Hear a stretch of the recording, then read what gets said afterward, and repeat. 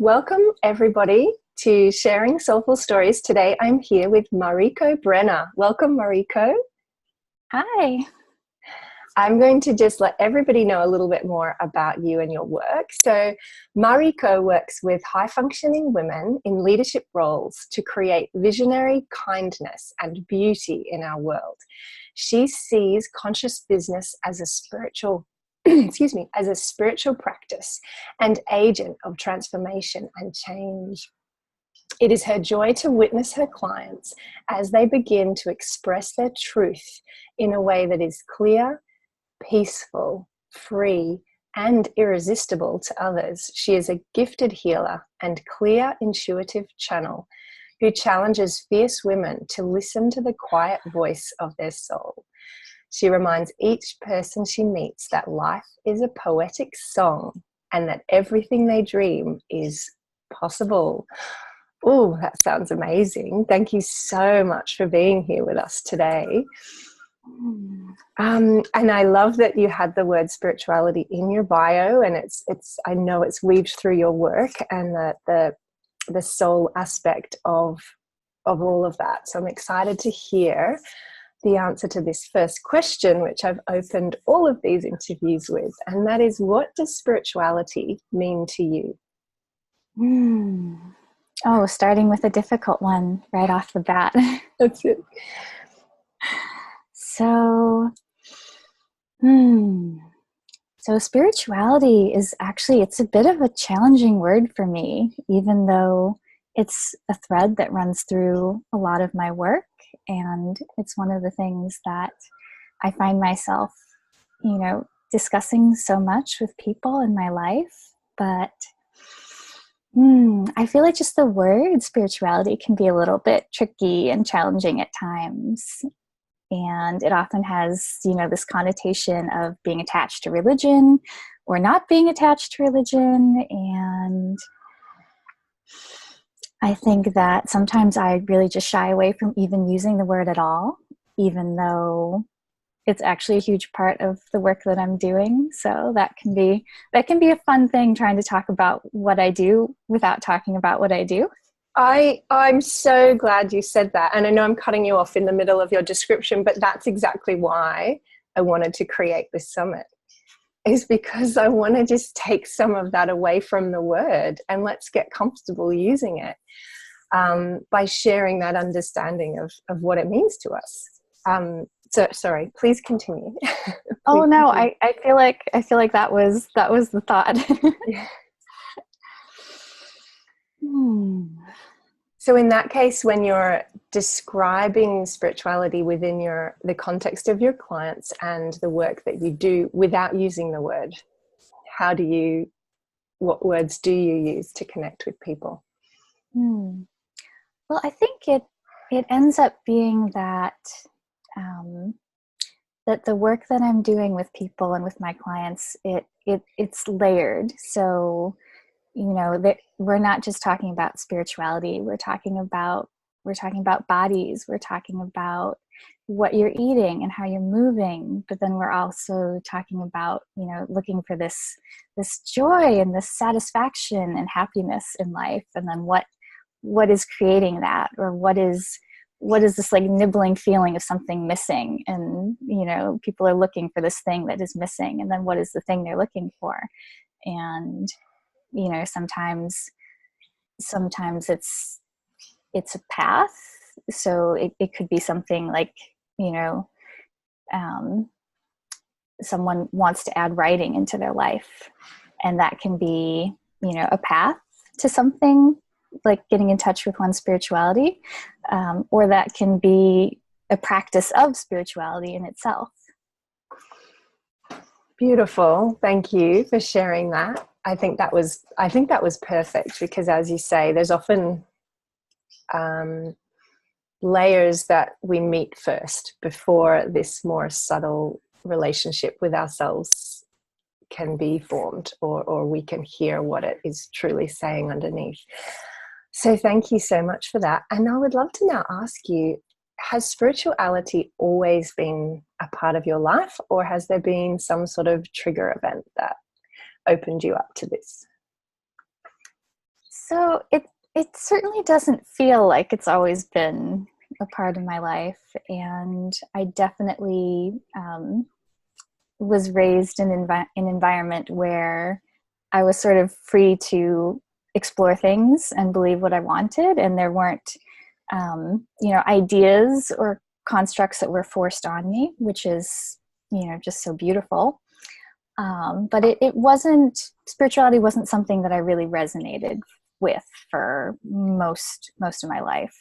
And it was something that kind of was triggered strongly and activated, I would say, at a couple different stages of my life. So I would say that there was an event where actually I fell in love, and it didn't work out the way that I wanted it to. Yeah. Mm-hmm. And I think there was a period of about 9 months where I went into a really heavy, dark depression and just sadness and grief for the loss of this, this possibility of this thing that I had hoped to create and that never came to be. Mm. And during that time, I had a lot of love and support around me. And at the same time, I just felt just so existentially alone, just completely, I felt deserted and alone. And even though I had so much love, but I couldn't feel it at all. I just felt like I was in this like void, this tunnel of just blackness and heaviness. And really the only two things that felt comforting to me during that period of 9 months, well, maybe three things, were just walking on the street in front of my house, being outside, and talking to my two closest friends who knew what was going on and, who were very supportive. And then there was this book that I just was reading, and it was kind of the only thing that I was getting comfort from, was this spiritual book by this teacher. And he had a personality that was kind of like a tennis ball hitting a racket, that like pinging like sound, but it kind of would jolt me a little bit out of that funk, and kind of remind me of what life was, and that there was something besides the darkness. Yes. Oh, I love that. Thank you. I mean, it's come up in a few that, a trigger event has actually been quite a heartbreaking moment, whether love or family, catastrophes or loss, things like that have taken us into such a low, that have somehow opened an awareness to, there's got to be more than this. How do I get back to feeling balanced again, normal again? So thank you for sharing that. Yeah. And I would love to hear, though, so what has unfolded since then? How have you gone from those little twinkling moments, or tennis ball pings as you described, which I love, moments, to where you are now, where you're weaving it into your work? And if there's any kind of highs and lows that stand out for you, I would love you to share them. Oh, so many highs and lows. But I would say there was another event that happened a few years later, and I was transitioning out of school, and I was starting a new business and a new relationship, and I had all these beautiful things going for me in my life, and I was just really burnt out because I had been working my body physically, for several years, just, pushing the extremes of what I could do, and beyond the extremes of what I could do. And that I could do that for a couple of years, and then I just hit this wall, and I actually spent about a year in bed and was sort of too sick and sad and tired to really do much other than, cook my food and spend time with my dog in the park. And that again lasted for about a year. And during that time, there wasn't much I could do except read these books. And the books, I didn't even realize what they were about until later, but they were all about energy healing and being a healer. And then after that year, what happened was that I moved to California. And the week that I moved to Sacramento, I got this little like intuitive nudge to go to a lecture at a yoga studio. It was at Yogashala, Sacramento.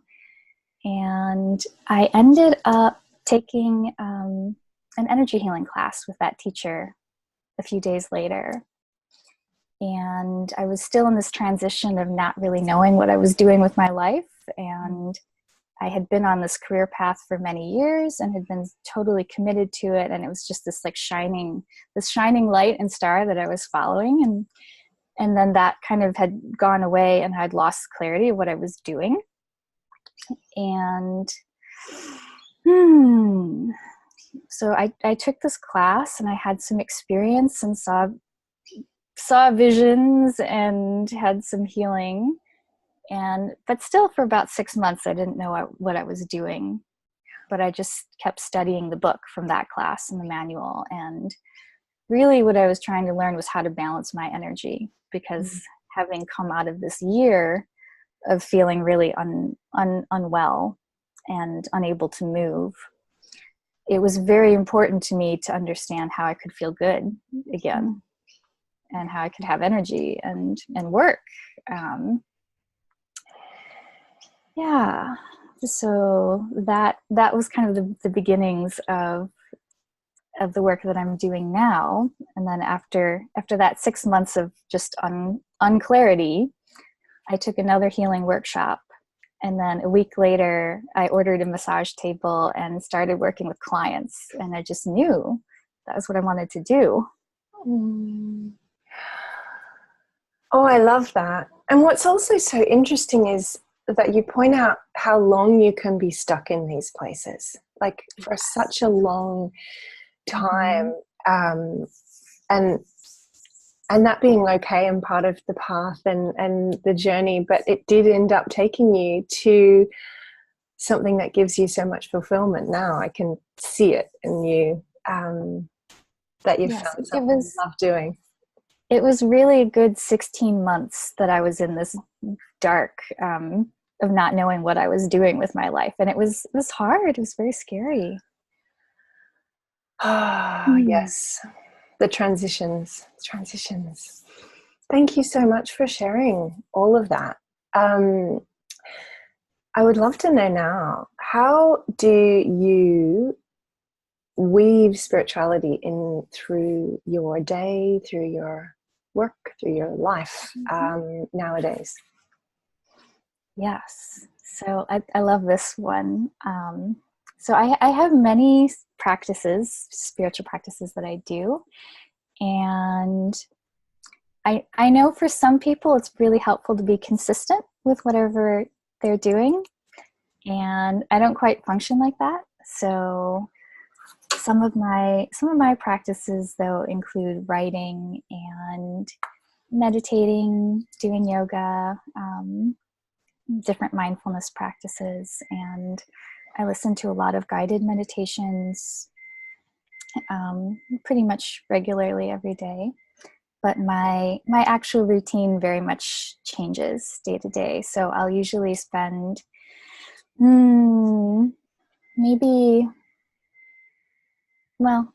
I will actually usually spend a couple hours in some combination of these practices, but it's not consistent day to day. So one day I'll go to yoga, another day it will be listening to a healing meditation. And also I'm an energy healer, so I do a lot of, hands-on healing of myself. Oh, beautiful. Fantastic. I actually really love that. You're transparent with the fact that it doesn't look the same every day, because I'm the same. And actually a lot of the people I've spoken to have been the same. As you say, there are a few people that are like, no, I know I need my this is what I need, whether it be the space, the time, or the exact practices or not. But for a lot of people, it's okay for it to be a more flexible relationship in terms of what practices we invite into our lives and enjoy doing. So thank you for sharing that. Was there anything else you wanted to add to that one? I think just embodiment has been such a huge part of my practice too in the last year. And I really woke up to the fact in the spring of last year that I wasn't very happy. Yeah. And that I really hadn't been for about 10 years. And so I just, I started this practice every day of just checking in with myself and asking like, oh, like, baby girl, like, what would make you happy today? And I got different answers every day. So I ended up actually, just because I'm a visual person, I wrote a couple words on my arm every day of how do you want to feel? And then that ended up being like a helpful course correction for me throughout the day, because I would notice that I was doing things that I thought, as a business owner, like, oh, I have to do this thing today. But then maybe I would be working away furiously on my website, and then a friend would call and ask if I wanted to go swimming. Yeah. And, just the immediate reaction to that would be to say that I'm too busy. But then when I checked, what I had said that I wanted to feel that day, and I said that I wanted to feel connection, and I wanted to feel fun, and I wanted to feel happy. And then I would go, oh, well, actually, swimming sounds like those things more than what I'm doing right now. So close the book and, course correct. Oh, I've just got goosebumps all over my body. I'm so glad I asked you to share something else, because there was some real magic in that. I mean, that's such a good little takeaway for someone to just take a moment in the morning and feel into what would make me feel good today. What would make you feel happy today? I love that. And start to care for ourselves in that way. And actually, as you say, make decisions in our lives that create those feelings that are actually what we most desire. And I know there are times when, yes, we have a deadline and we have to get things done, but there are times when we can allow that in, and we can, fill ourselves up again, and often become more efficient and more productive after we've given ourselves those things that, that have really allowed us to feel our best again. So thank you. And my last question for you is, for somebody that's just at this beginning of this exploration, do you have any advice for them? Another closing with a tricky one. I would say to not take it too seriously, and to have fun with it. And just to really pay attention to what feels good. And I've definitely, I would say that I've noticed there can also be, in the world of life, there's a life rat race, and there can be a spiritual rat race too. So just paying attention to what actually feels good, instead of, what we think we should be doing or what we think other people are doing. Oh, I love that. I'm so glad that you shared that. Fun. I know myself, when I first started this whole journey in a more committed way, it was all too serious. And now there's fun, and there's people in the background. Sorry. And I also I just want to say thank you for sharing that advice about what feels good for you. So beautiful. Thank you. What a wonderful ending to our conversation. And so anyone that's interested in hearing more about about what you do, about the work you do that maybe identifies with being a fierce woman, which I know you mentioned in the bio, how would they go about finding out more and connecting? So, well, there's a couple ways, but they can probably find me on Instagram because I hang out there a lot. And they can also look at my website, which is just marikobrenner.com. And yeah, they can connect with me there. I offer discovery calls, clarity calls. If anyone wants to hear my voice and talk to me, they can connect that way. Yeah. Beautiful. Or they can just send me an email. I'd love to connect. Oh, fantastic. Well, I'll make sure that your website and Instagram are underneath, and probably they can find your email address somewhere on your website or a contact form or what have you. So I'm so lovely to talk to you today and so grateful to have you here. Thank you so much for your time. Thank you so much. And I look forward to, there are just some really great little nuggets in there. And I'm really looking forward to sharing this with the people that, the exact right people that need to hear those exact right nuggets of wisdom. So thank you. I'm so grateful for this work you're doing. So thank you for sharing. Thank you. Bye for now.